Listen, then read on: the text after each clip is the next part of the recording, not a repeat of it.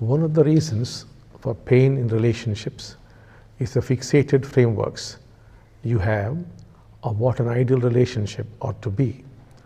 These ideals are provided to us by religion, stories, myths, and society at large. An ideal is always an ideal. It is not real. And when you try to impose the ideal on the actual, you see imperfection, which leads to discontent and strife. I know of a couple who were very good friends and for 8 years before they got married. On the very first day of their marriage, the relationship started falling apart.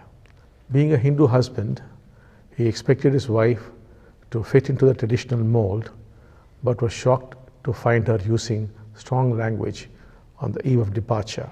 There is reality on the one hand and an idealistic framework on the other. Once you are married, you become the husband and she becomes the wife.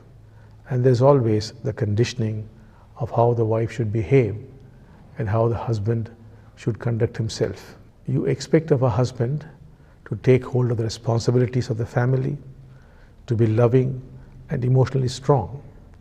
The wife, on the other hand, is expected to be a caretaker, be patient, with an enormous ability to bear with pain, pious, understanding, and subservient to the husband. Once married, you relate to your spouse from this framework. A no from your partner before marriage and after marriage makes a lot of difference.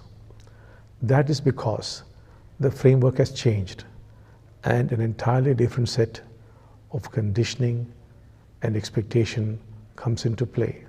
These conditionings thereafter start ruling your life. You wear the mask of the husband and relate to the mask of your wife. The real people have withdrawn, and hence the artificiality and inner death in place of spontaneity and love.